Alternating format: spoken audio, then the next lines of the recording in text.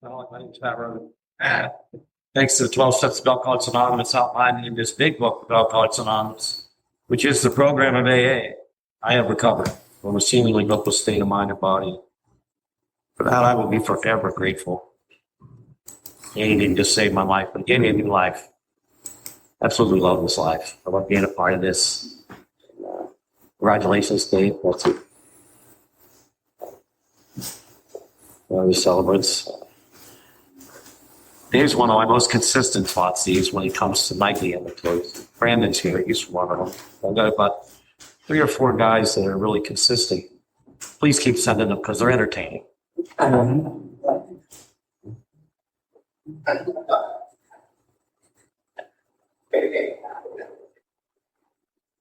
So I'm kind of falling behind here. I spent a lot of time on the first 2 steps because I'm kind of that, I'm not saying you don't have to do all the steps to the best of your ability, but there's 2 of them you got to do 100%. And those first 2 are it. I mean, you have to be all in. I mean, you have to be convinced of the 3 pertinent ideas to make this thing happen for you. If you don't conceive that you're an alcoholic, that means your life's unmanageable, then you're not going to get this thing. And if you think there's some human power on this planet that's going to keep you stopped, go for it. Find it. Because I was unable to. This is for people who can't find that. I drank and lost kids. There's nobody I love more in my life than my 2 boys. And in order to keep them, I had to stay stopped, and I couldn't stay stopped.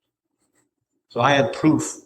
No relationship, no child, no job, no judge was going to keep me stopped. And there was a power greater than myself, this invisible power that you guys talked about was called God. I was just hoping that was the answer because I didn't have one.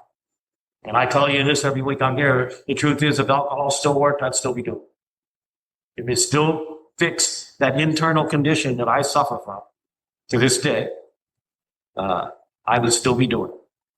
I would still be doing it. I am still an emotional cripple. I just have another solution.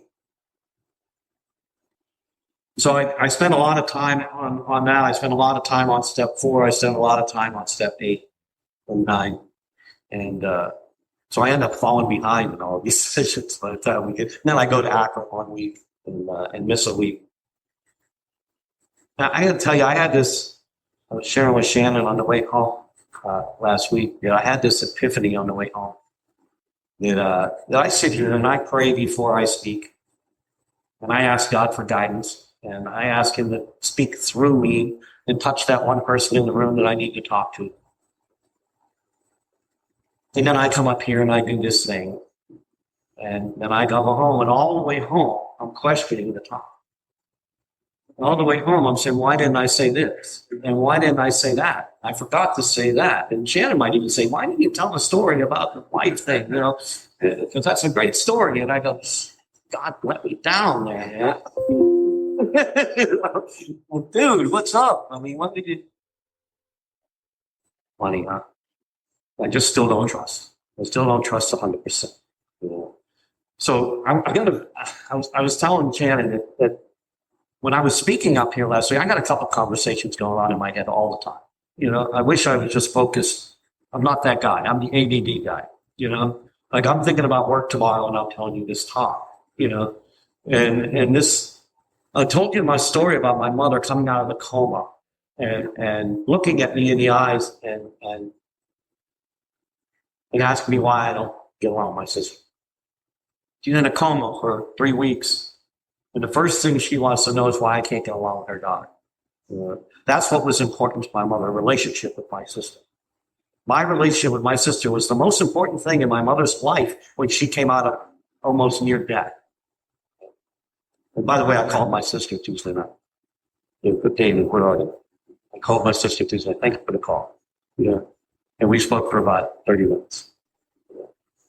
And but that wasn't the end of the story. There was the story came to my mind, but I didn't know if it was appropriate to share here, and I didn't share it. I just moved on. I just left it out. And I was talking to Christian and Shannon, and they said I should have shared it, because it's like It's an absolute miracle what took place after that. My mother came out of that coma and then ended up getting released to rehab, and then left rehab and went home. She checked herself out of rehab. Imagine that. And while she was at home, she had gotten sepsis somewhere, so she was septic and went into another coma. And ended up in the hospital again right around the time Garrett. I think we were at the memorial when that took place. And so I leave the memorial and I rush to the hospital. My mother's in another coma. And her feet are black. And the doctor tells Shannon and I were in there that we're going to take her in tomorrow and they have to take her feet. And I was just like, oh my God, you got to be kidding me. This woman, what she's gone through. And so Shannon and I, when the doctor leaves, take our hands on one of my mother's feet and we pray for my mother. Pray for God's will. God, if it's her time, it's her time.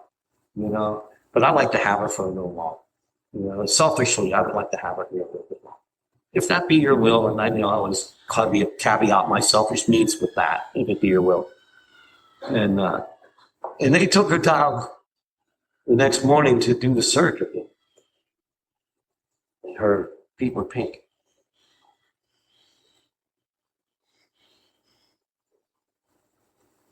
I don't know about you, but that was like proof of a miracle. And I don't know about this prayer thing. I don't know if prayer changes things or prayer changes my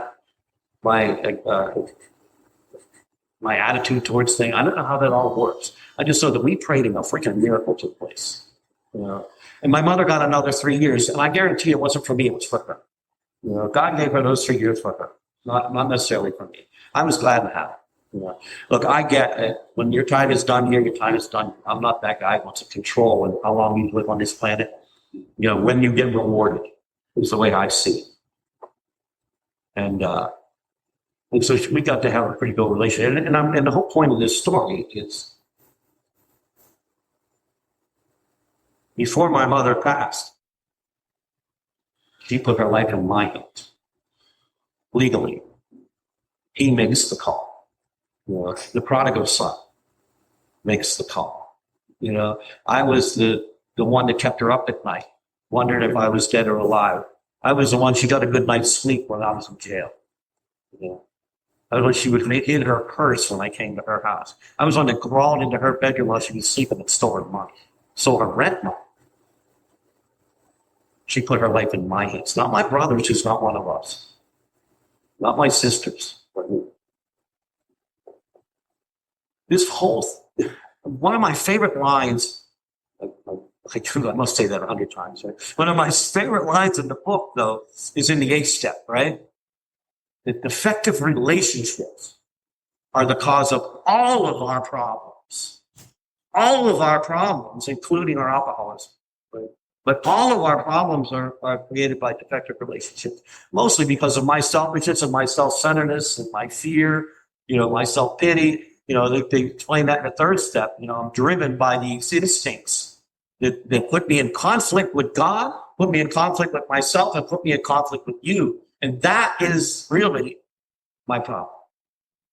I need to repair these relationships. All these steps have been about a relationship with God, a relationship with me, and a relationship with you. The 3 dimensions, spiritual, mental, physical, right? It's all been about bringing us into harmony with the rest of the world and with God. It's all been about that. How do I reel in these instinctual drives so that I'm not in conflict? I can't do conflict. I don't do conflict well today. I need to keep myself out of conflict. And that's the solution to this internal condition that I suffer from. The less conflict, the less emotions I have to deal with. And if I don't have to deal with these feelings that I don't know how to solve, then I don't have to worry about picking up a drink. I have this new tool. I think I shared with you guys in my 5th step. I had this spiritual experience. I mean, not just what it was. I'm going to call it what it was. It was an experience. And it was the first time in my life that I was at actual peace without a drink or a drug in my system. I wanted more of that. That's what I've been chasing since that day. I've been chasing more of that, and I'm still chasing. I still want more of that. I want more peace. I want more God. More God is peace to me. I want more of that. And at this point in our recovery, in my recovery, the recovery is in place. I have all the tools I need now to live life conflict-free. The way of life. We have the way of life. We've given the tools, right? Inventory, confession, restitution, helpfulness to others, dependence upon God. We've been given these tools to stay conflict-free. And to me, that's what it's all about. And that, to me, that's what steps 10, 11, and 12 are all about. You know, they're all tools to keep me out of conflict. They're all tools to get me back into the sunlight when I leave the sunlight. Bill talks about step 10 is we've entered the world of the spirit, right? This fourth dimension that he talked about that we needed to be rocketed into. Right? He's talking about the moment. He's talking about now. You know, we've been rocketed into the fourth dimension. Probably back then, the fourth dimension was time, right? We've been rocketed into now. We're rocketed into the moment. Isn't that what this is all about? Not just one day at a time, one moment at a time. How do I stay conflict-free one moment at a time? My next function now is to grow towards that, right? Our next function is to grow in understanding and effectiveness. Understanding of my God, of this power that I believe in, more understanding of that, and what is his or her or its will for me. And give me the power to carry that out. That's what step 11 is about. I think they're talking about step 11 right at the beginning of step 10. My next function is to grow in understanding and effectiveness, understanding of God's will for me, and how do I carry that message? How can I be effective in carrying this message? Because this message is about a power greater than ourselves. That's what this message is. That's AA's message. We have this invisible power that's going to solve your problem. You can call it whatever you want. But it's not human. It is not a freaking tree. It is not a doorknob or a dog. You know? Sorry if I hurt your feelings. This is more than that. You know, I'm more powerful than a dog or a doorknob or a tree. So really what they've done is warned me that if I don't continue to grow, then I am going to regress. Right? We're either progressing or regressing. There's no word gressing. Right? There's no staying this. You can't regress. You know? You're either progressing or you're regressing. One of the they warn us that. Be careful not to rest on our laurels, right? Don't rest on our past accomplishments. We're going to sit here at step sign and say, I got it. Because we do. If you've worked this, if you've followed the precise, specific, clear-cut, exact directions in that book, you would have had a transformation take place as a result of those 9 steps. I will guarantee you, if you've done the best you can, right? 100% on step 1 and 2. Do the best you can on 4 through 9. Because we're going to continue 4 through 9 for the rest of our freaking life. If you want to stay conflict-free. And if you want to maintain this spiritual experience, this transformation that takes place, this awakening. And let me tell you, if you haven't felt it at step 9, continue. It will come. It will come. You will find your niche. You will find your belief. You will find your power. It will come to you. I was fortunate. I was one of the fortunate ones. I had it at 5. And I've been growing in that ever since. But I can't rest here. That's it. We sometimes refer to this as a maintenance step. To maintain something is to keep it the same. You're maintaining this building. You're keeping it the same as it was when it was built. You're maintaining your car. You're keeping it the same. You're maintaining something that's living. You're promoting its growth. You're maintaining a plant. You're watering it. You're promoting its growth. To maintain my recovery, I need to grow it. I need to promote its growth. And I don't think it's a good, I think, look, when I rewrite the book, I'm probably going to do 11, 10, 11, right? Like it should have been in the book, right? You know? I mean, really, Bill starts at 10. Why does he start at 10? Why does he start at the spot check inventory? Because of 6 and 7, right?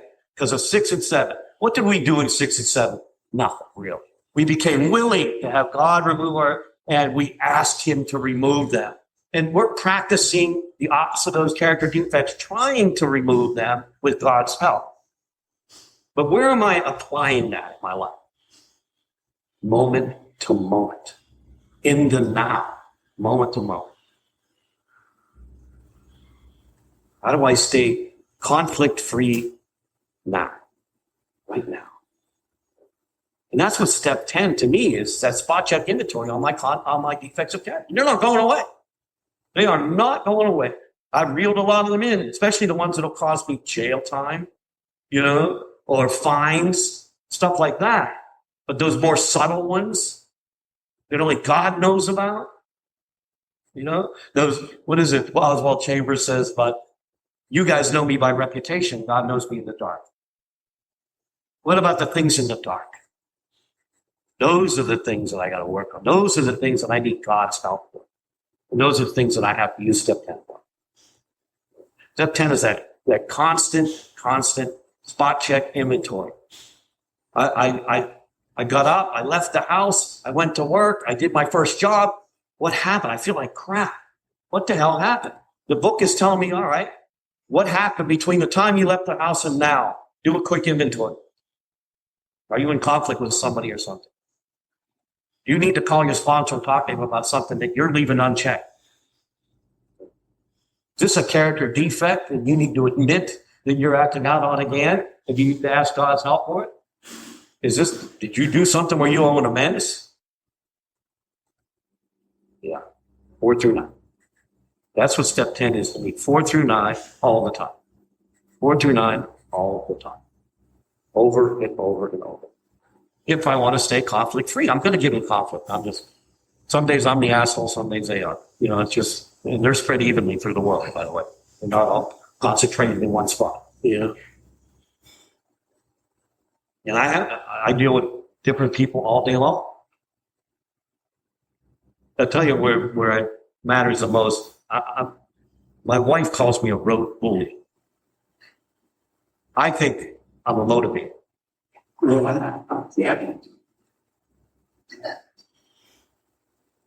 And a teacher of sorts. I motivated a couple people on the way over here. They're on their freaking phone in front of me while the light is green, and they're the only ones that's going to get through it because they think it's okay when they put the phone down that they floor it and get through the freaking light that nobody else does. Yeah? That doesn't bother me at all.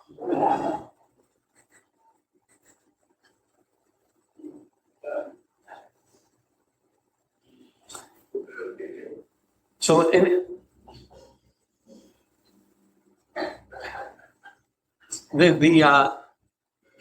we're going to be doing inventory the rest of our lives. Let's be clear. I don't care what you don't want to do 1 4-step, call it 1 4-step, that's fine. You want to do annual, semi-annual 4 steps, that's fine.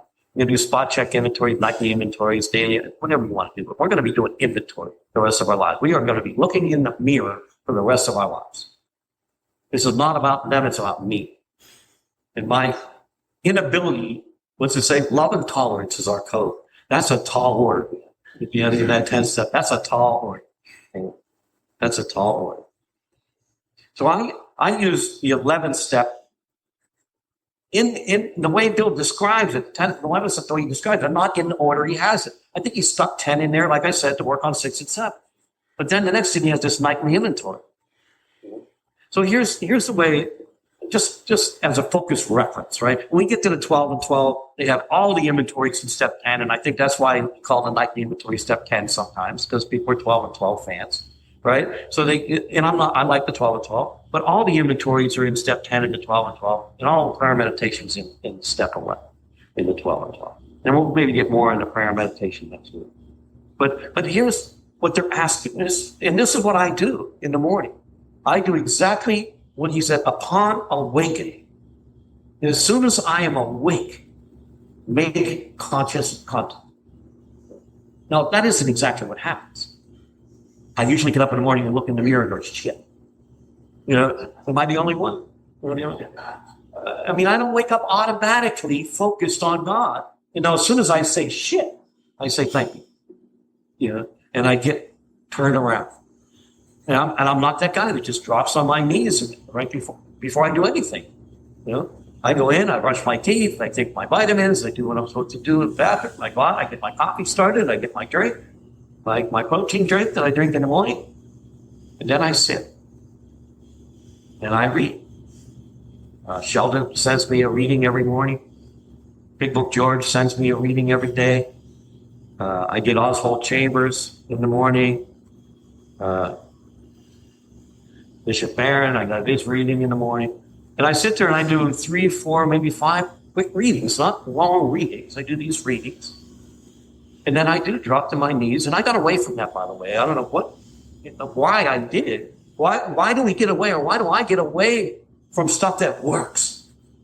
Right? Like when I first got here, there was no morning and evening I didn't get on my knees. Not one.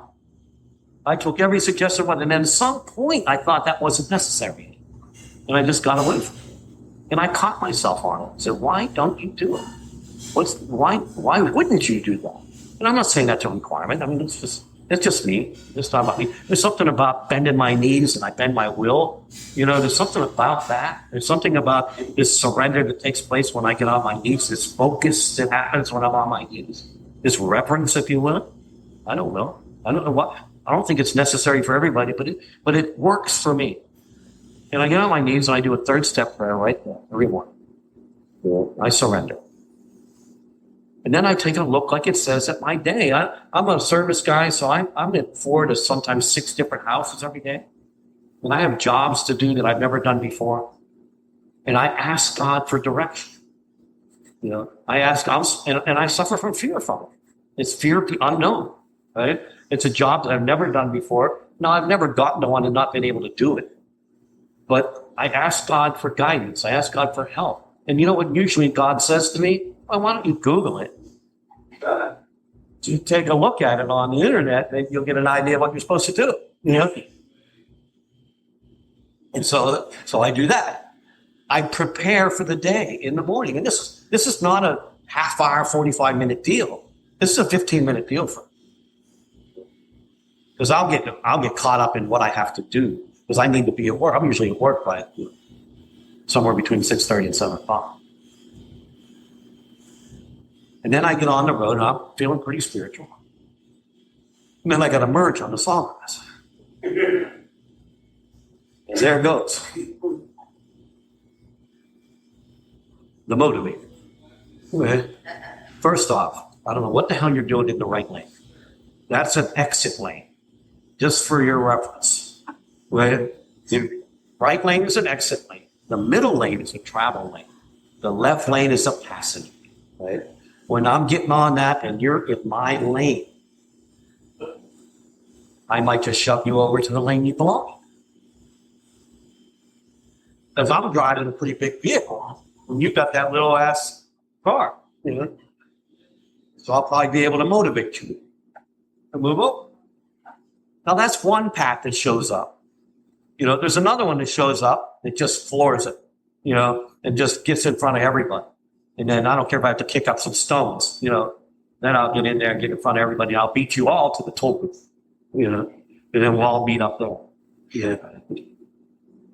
Or I put my blinker on and I wait for an opening. And I either speed up or slow down and I move in. And I stay in the zone. But as soon as I'm on that sawgrass, and I've got that wrinkled forehead again. And I'm feeling restless here with discontent already. And I just left the house like spiritual path. There's my 10th step right there. Get back on track. Get back on track. Set the course in the morning. I set the course. Now I'm going to have to make some course correction. I heard Bob D tell that story once. He said, Bob, hey, by the way, that's who's at Serene by the Sea. He's there every year. Good conference. Bob used to say, it's like sailing. He said, you don't get in a boat and just point it towards Bahamas and think you're going to hit the Bahamas without making some course corrections, right? You're going to have to, the wind's going to change, the currents are going to change, and you're going to have to make some corrections on the way. That's the way I see step 10. People are going to change. The traffic's going to change. The wind's going to change. I need to make course corrections along the way. And step 10 is that inventory, confession, restitution, helpfulness to others, love and tolerance. That's that way of life that I can get back in the zone again. So after I almost crashed getting onto sawgrass, I'm back in the zone on my way to work until one of the employees comes late or doesn't want to work, or, and then puts some more conflict in my life. So it's all about me. It's not about that. I remember sitting in traffic, calling my sponsor, and I said, this effing traffic. I'm supposed to be at work, sitting in this traffic, I must crash. I'm not thinking about anybody that might be dead up ahead. Just me. I'm sitting in traffic. I can't believe this shit. And he says to me, Pat, you are the traffic. Oh, shit. I am the traffic. I am the traffic. Isn't there something you should see there? Is there something you can be helpful for right there? Is there something you can do? Make a phone call. And that's exactly what I do. Now, if I'm in that traffic, I think about a sponsee that might need a phone call. Or somebody comes on my heart and I call them. And I think they think I'm checking up on them, I think. I'm trying to get out of my stuff. And then I do that a lot. As soon as I'm in conflict, I know how to get out. And we're talking a little bit about step 12 there, right? Right? Get out of me, help you. Get out of my head. I need to get out of my head. How important is it really? There's somebody up there that's just been in a crash and you're bitching because you're sitting in traffic. To really look at reality. And then I'm back in the moment again. I'm back in the zone. Conflict free for another couple minutes. Until I go to somebody's house and I knock on the door and they don't answer fast enough. Right? Like I'm sitting there beating on the door, like, what the hell? And there's two of me that show up. There's the one that goes, what the hell is taking you so long to the door? This is bullshit. My time is valuable. And then there's the other one that's just patient some days. Just, maybe I'll make a phone call. Hope they're all right. But it depends on me. My relationship usually dictates my relationships with the customer. I can react and I can be in conflict with them or in harmony with them. Depends on my attitude, not necessarily theirs. Arthur said something at the Monday night meeting that was so profound, right? He says, you want to stop people from cutting you off in traffic? And I said, yeah. He said, let them in. How simple, but how profound. That's one of the most profound things I've ever heard. That was just like, I still think about that, all the time when I'm going traffic. We don't want to let anybody in, right? Especially that bastard that saw that the lane was closing 4 miles back, but he's going to fly all the way up and fuck everybody. Especially that guy. That's, to me, working the 10 step. 11 step in the morning. 10 step all day long. And then my nightly inventory. And I'm pretty religious about my nightly inventory. I rarely miss it. And I got about a handful of guys that are really, really good at it. And we used the questions exactly the way they're laid out in the book. Only we added a few. And mine's, how was I resentful today? If so, do a 4-column inventory. Who is it or what is it? Why? And I love what Karen said doing the 4-step a few weeks back, because we always talk about what instinct was affected. She said, how did that make me feel? I like that question better. I think we're going to change it on our 4-step goals. I like it. How did that make me feel? Because once you know how it made you feel, now you know what instinct was affected. And then, did I do anything to set the ball rolling? Do a quick inventory on it. Most of the time, it was resentment that came and went. I already 10-stepped it, and I can write down, yes, I was resentful with this, I'm over. Inventory, I'm over it. Sometimes it's still hanging in there. There's some that are tough. How was I selfish today? Question 3, was I dishonest today? Question 4, was I afraid today? 5, do I owe an apology? 6, what have I wrongly kept a secret? 7, was I unkind? 8, was I unloving? 9, what could I have done better? 10, was I thinking of myself most of the time? 11, was I thinking of what I could do for others? 12, was I thinking of what I could pack into the stream of life? And these are the ones we added. Who did I help today? What did I accomplish today? What am I grateful for today? And who needs my prayers today? And I do it just about every single night. It takes minutes, you know. I mean, I have it. I uploaded it into Word. If anybody wants this, by the way, I'll glad to email it to you. I uploaded it into Word. I fill it out every night. When I go to close it, it asks me if I want to save it. I say no. It is fresh for the next night, you know. And I just copy, paste it, and send it to my sponsor every night. And if he sees something on there that draws his attention, he will call me out on it, just like I do. You know, if I see something on the inventory that needs attention, or I think you need to talk about, I will say, thank you. How about we get together and talk about such and such? You know? And to me, that's how we stay current. That's how we stay in the sunlight of the Spirit. That's how I can close my eyes knowing that I did the best I could today and I'm at peace. I'm not in conflict. Now, if there is something there that I still have laying on that page, I'm going to address that thing first thing in the morning. I'm going to get up tomorrow morning, and as soon as I can, I'm going to address that thing and get current. I'm out of time, huh? All right. We'll do more 11 next week. Thanks for having me.